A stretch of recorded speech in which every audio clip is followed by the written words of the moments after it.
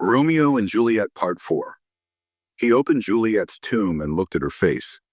"Dear Juliet," he said, "why are you still so beautiful? Is death keeping you here as his lover? Let me look at you again. Let my arms hold you for the last time. I will stay here with you forever." He drank the poison. This poison acts quickly.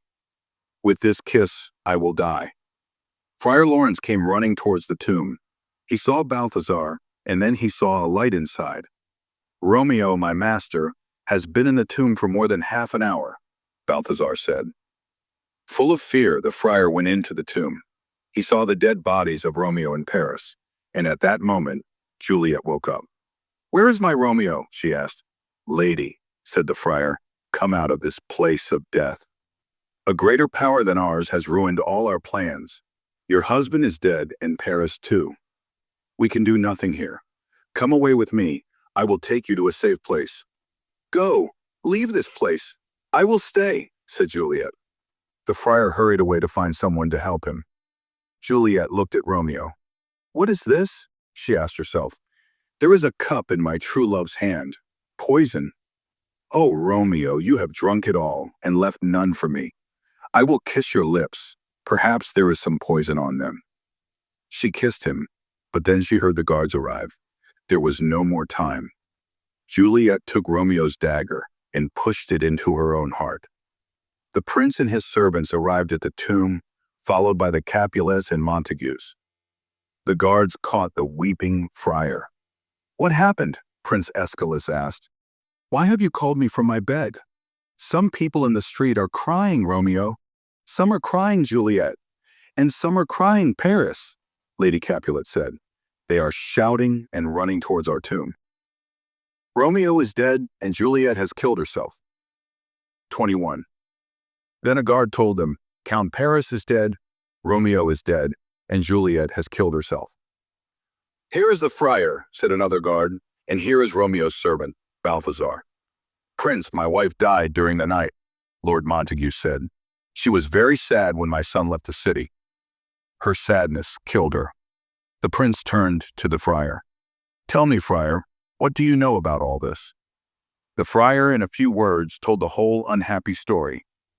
"If these deaths are my fault, then punish me with death." "I know that you are a good man," said the prince. "Where is Romeo's servant? What can he tell us?"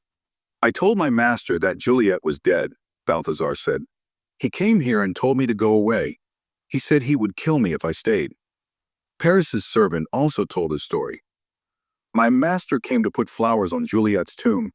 He saw somebody and pulled out his sword. I ran away to find the guards." "Capulet, Montague," the prince said sadly. "These terrible things happen because your families hate each other, and I have also lost 2 members of my family." Capulet said to Montague, "My daughter's marriage with your son, Romeo, has joined our families at last. Oh, brother Montague, give me your hand." "And so," the prince said, "this dark and cloudy morning has brought a sad peace. There will never be a sadder story than the story of Romeo and Juliet." At the time of this story, Duncan was the King of Scotland. Macbeth was a great lord and the leader of the Scottish army. Banquo was also a lord and an army leader. Macbeth had won a great battle against an army from Norway. He and Banquo were coming back from the battle, riding over some wild open land in a storm. In the wildest part, they saw 3 witches sitting around a fire. The witches stopped the 2 men. "Who are you?" asked Banquo. "You look like women, but you have beards." "Speak," said Macbeth. "What are you?" "Greetings, Macbeth, Lord of Glamis," the first witch said. "Greetings, Macbeth, Lord of Cawdor," the second witch said. "Greetings, Macbeth. You will be king," the third witch said. Then they turned to Banquo. "You will not be king," the third witch said, "but your children and your grandchildren will become kings." Macbeth and Banquo rode away from the witches. "I am already Lord of Glamis," said Macbeth, "but how can I become Lord of Cawdor? The Lord of Cawdor is still alive, and I do not believe that I will be king." "They said your children will become kings, Banquo." At that moment, messengers from King Duncan came to Macbeth. "The Lord of Cawdor helped the Norwegians," one of them said. "He fought against the king, Now the king wants you to be the new Lord of Cawdor. Lord of Glamis and Lord of Cawdor, Macbeth said to Banquo with surprise. If you believe the witches, you will become king, said Banquo. Perhaps these witches are telling the truth, and perhaps they want to cause trouble and death. In Macbeth's castle, Lady Macbeth read a letter from her husband. The witches say that my husband will be king, she thought, but Macbeth is too kind, too gentle. There are things that he must do, but he is afraid to do them. I must speak to him and make him brave. Then Macbeth arrived at the castle. My dearest love, the king is coming here tonight, he said. He wants to honor me. When will he leave? He says that he will leave tomorrow. Oh no, he must never leave. Macbeth, your face shows your thoughts and feelings. You must hide them. Leave everything to me. King Duncan arrived at Macbeth's castle with his two sons, Malcolm and Donalbain. After dinner, Macbeth came out of the dining hall. If I want to be king, I must kill King Duncan, he said to himself. I must kill him quickly. But what will happen if I kill him? An act of this kind could harm me. The king is a guest in my house, so I should guard him against murderers, not kill him. Duncan is a good king, and his death will cause great sorrow. No, I will not do it. Just then, Lady Macbeth came out of the dining hall. Why did you leave the room? She asked. I do not want to kill the king, said Macbeth. He is good to me. People like and admire me. I will not throw away their good opinion. Lady Macbeth was very angry with her husband. What are you saying? She asked. Why are you so afraid? You want to be king. Are you afraid to kill him?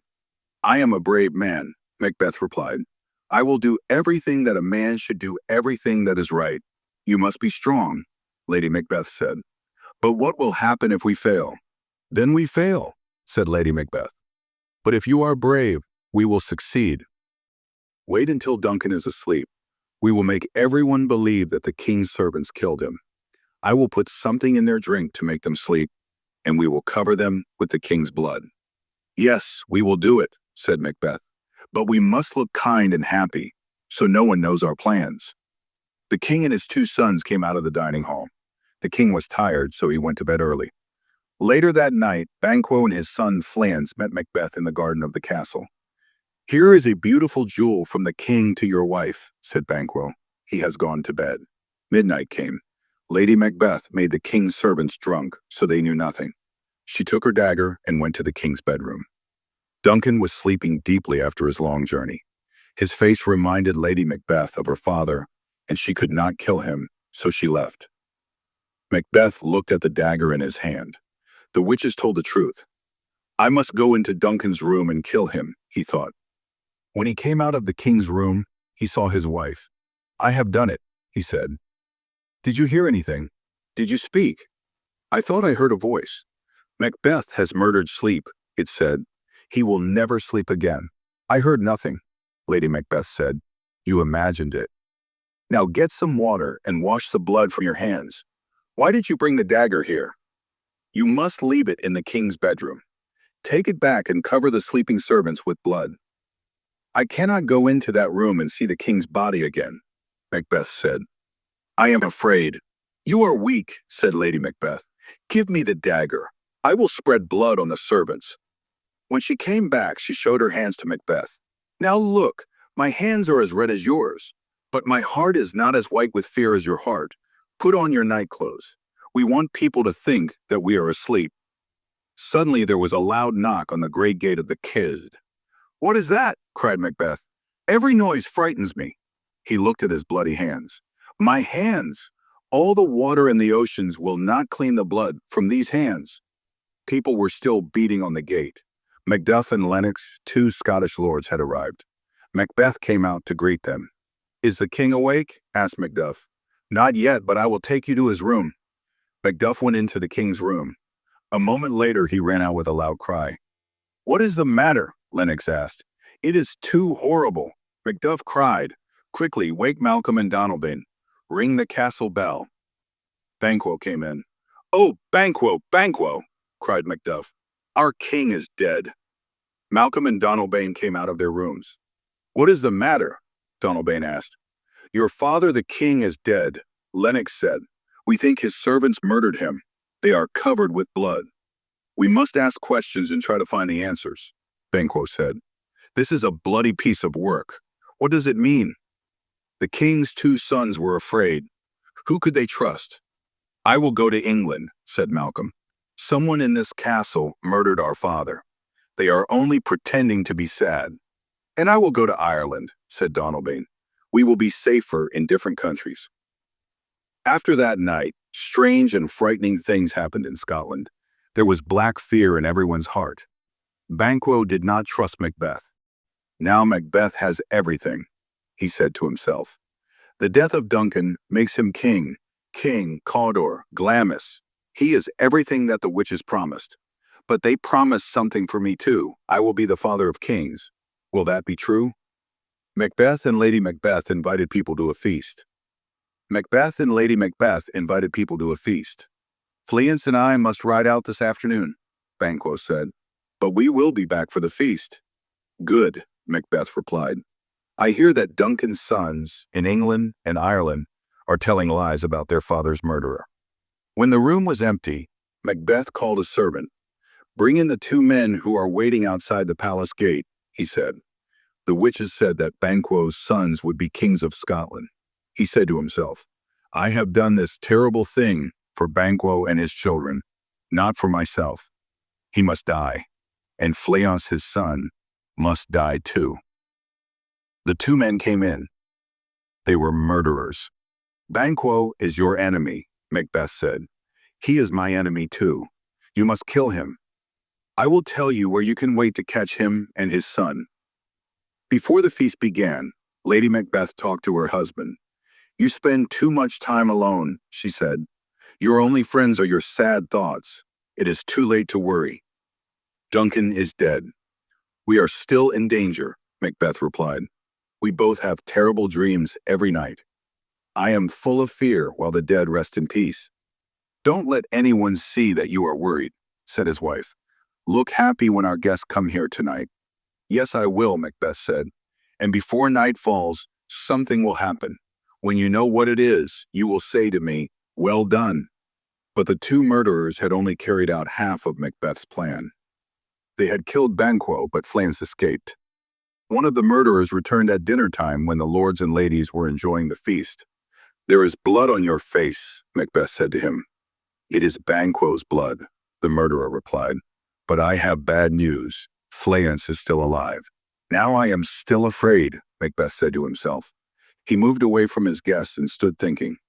Sit down, Lady Macbeth said. These people in the hall will notice your strange behavior. Be happy among your friends.